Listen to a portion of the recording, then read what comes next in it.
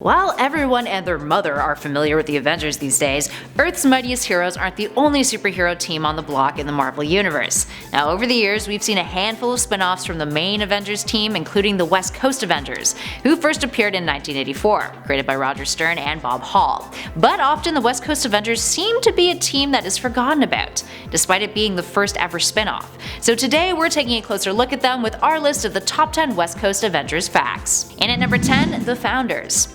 The West Coast Avengers debuted in their own self-titled comic, but the initiative to create a team located on the other side of the country was spearheaded in the Avengers, from a member of the team who wasn't even a part of the initial lineup, Vision.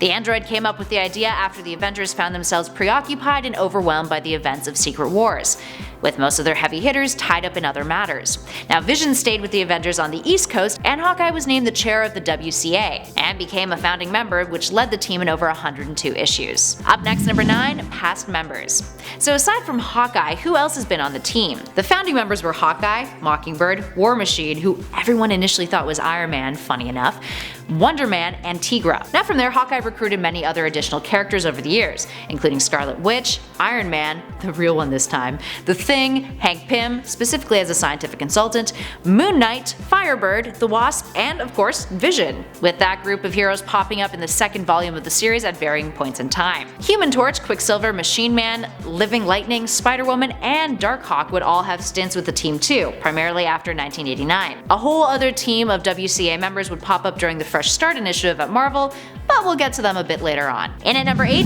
the name change. The West Coast Avengers haven't always been referred to as such. Now back in 1984, when the team was introduced, there was a bit of a backlash amongst fans concerning a second Avengers team.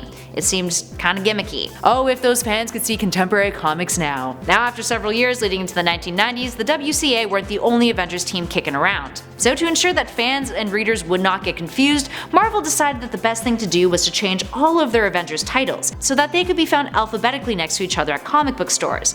In other words, the team names were altered so that the word Avengers was the first word in their title. Now the West Coast Avengers were changed to the Avengers West Coast, a title which was eventually cancelled in 1994. In at number 7, the suicide attempt. The West Coast Avengers history is filled with a whole lot of interpersonal drama, just like the Avengers is. Perhaps one of the most intense story arcs though to have appeared in the West Coast Avengers is when Hank Pym joined the team as a scientific consultant after his mental health took a turn for the worse when he was a part of the Avengers. Now between issues 17 and 24 of the West Coast Avengers Volume 1, Hank is suicidal, and actually writes suicide letters, including ones to Tony and Tigra. Meanwhile, while Hank is having a personal crisis, the WCA are off fighting desert-inspired supervillains that are wacky as hell. Overall, that story arc just had a lot of strange things going on. Not that suicide is strange, but everything else surrounding the West Coast Avengers at the time was pretty whack. Hank, back at the base, talks to his ex-wife Janet, aka the Wasp, who had divorced him after the infamous wife-beating incident, and essentially says goodbye to her, giving her some really bad vibes about what's going on with him. Then Hank gets a gun, puts it to his head, but before he can shoot, he's interrupted by Firebird, who talks to him into appreciating his God-given gifts. He then gets a little manic, and goes through a strange confidence boost calling himself Dr. Pym as his superhero alias, and then freaks out momentarily when he thinks Firebird is a nun. She reassures him that she isn't, and then they make out. Overall, not the best way to approach mental health issues, as we're very much aware. He challenges Moon Knight to a fight, then chickens out, and then goes off to help save the WCA, who are trapped in the past. It's a whole roller coaster of emotion for Hank. And at number 6, Ultimate Marvel. Of course the West Coast Avengers have an alternate version of themselves. This specific alternate can be found in the Ultimates Marvel Universe. They are a secret team created by S.H.I.E.L.D. called the West Coast Ultimates that consisted of Vision, Quake, Wonder Man, Black Knight, and Tigra. And they've been through some pretty wild stuff. For starters, they were sent out to find Osama bin Laden, but failed when Wonder Man hulked out, and then the team had to fight him to settle him down. Now seeing this, Nick Fury decided that it would be best to put them all in stasis tubes, holding them until they were needed. Flash forward to the United We Stand storyline, in which the Children of Tomorrow, aka Reed Richards' fanatical cult, kills the US president and both houses of Congress, igniting a civil war.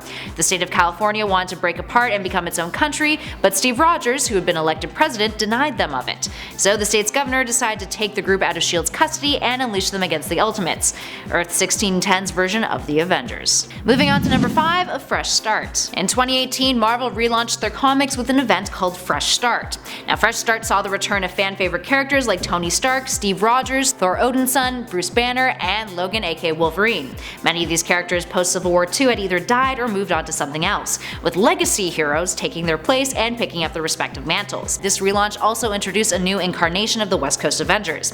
While Hawkeye still remained their leader, the second Hawkeye, Kate Bishop, was also on the team, along with Gwenpool, America Chavez, Quentin Quire, and Kate's boyfriend Johnny Watts aka Fuse.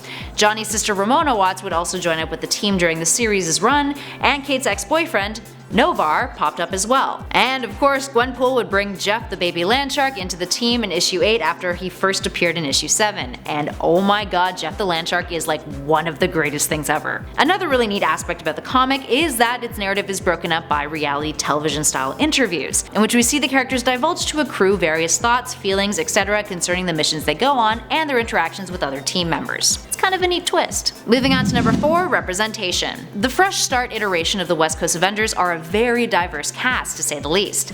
But not just when it comes to the color of their skin. Multiple members identify as part of the queer spectrum, making it one of the biggest LGBTQ titles in Marvel's recent history. Ramon Watts, aka Alloy, is dating America Chavez. And now it seems that they aren't the token queer characters in the series because Ramon's brother, Johnny, who has been dating Kate Bishop, has declared his attraction to Novar, Kate's ex, who also declared a mutual attraction.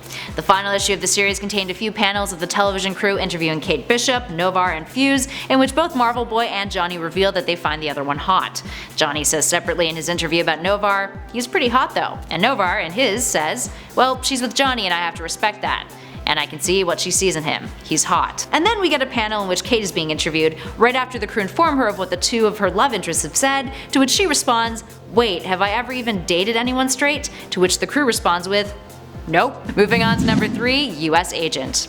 While the Avengers generally refused to tango with the government, the West Coast Avengers were always open to the outside influence. As time went on, the US government became more involved in the team, to the extent that Hawkeye was actually briefly replaced as their leader by a Steve Rogers carbon copy, US Agent. Several members of the team quit because of this, and the West Coast Avengers actually gained more enemies due to his involvement.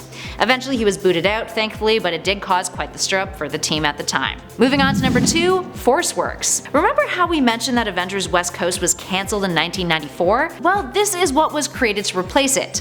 ForceWorks, a ridiculously 90s series that took the remains of the West Coast Avengers team, but was led by Iron Man, who wanted to establish a team that wouldn't only fight crime, but would also prevent disasters from occurring. Tell that to his Civil War self. Scarlet Witch was the leader of the team, which consisted of War Machine, Spider-Woman, Cybermancer, US Agent, Moonraker, and Wonder Man, who was later replaced by Sentry. This team's story arcs would eventually lead into one of the worst Avengers storylines of all time, Avengers The Crossing, in which it was revealed that Tony Stark was actually under the influence of Kang the Conqueror, but then it was revealed to actually be his future self, Immortus, in disguise. And then he was killed off altogether and replaced by a younger version of himself from an alternate reality. This then bled into Heroes Reborn, which was yet another highly disliked story arc. And finally, in at number 1, cancelled again. Clearly, cancellation is nothing new to the West Coast Avengers. The latest iteration of the West Coast Avengers, the Fresh Start Gang, were cancelled after 10 issues, ending with West Coast Avengers issue 10, much to many fans' dismay. But while the series is coming to an end, it seems as if the team will live on, guest starring in another Marvel series, Superior Spider-Man. Alright, there we have it, friends. Who is your favorite West Coast Avenger? Give us a shout in the comments below and let us know. If you dug this video, you know the drill. Show us some love by hitting that like button, and be sure to subscribe to Top 10 Nerd for more Marvel lists just like this one. In the meantime though, thanks for watching. I'll catch you all in the next video.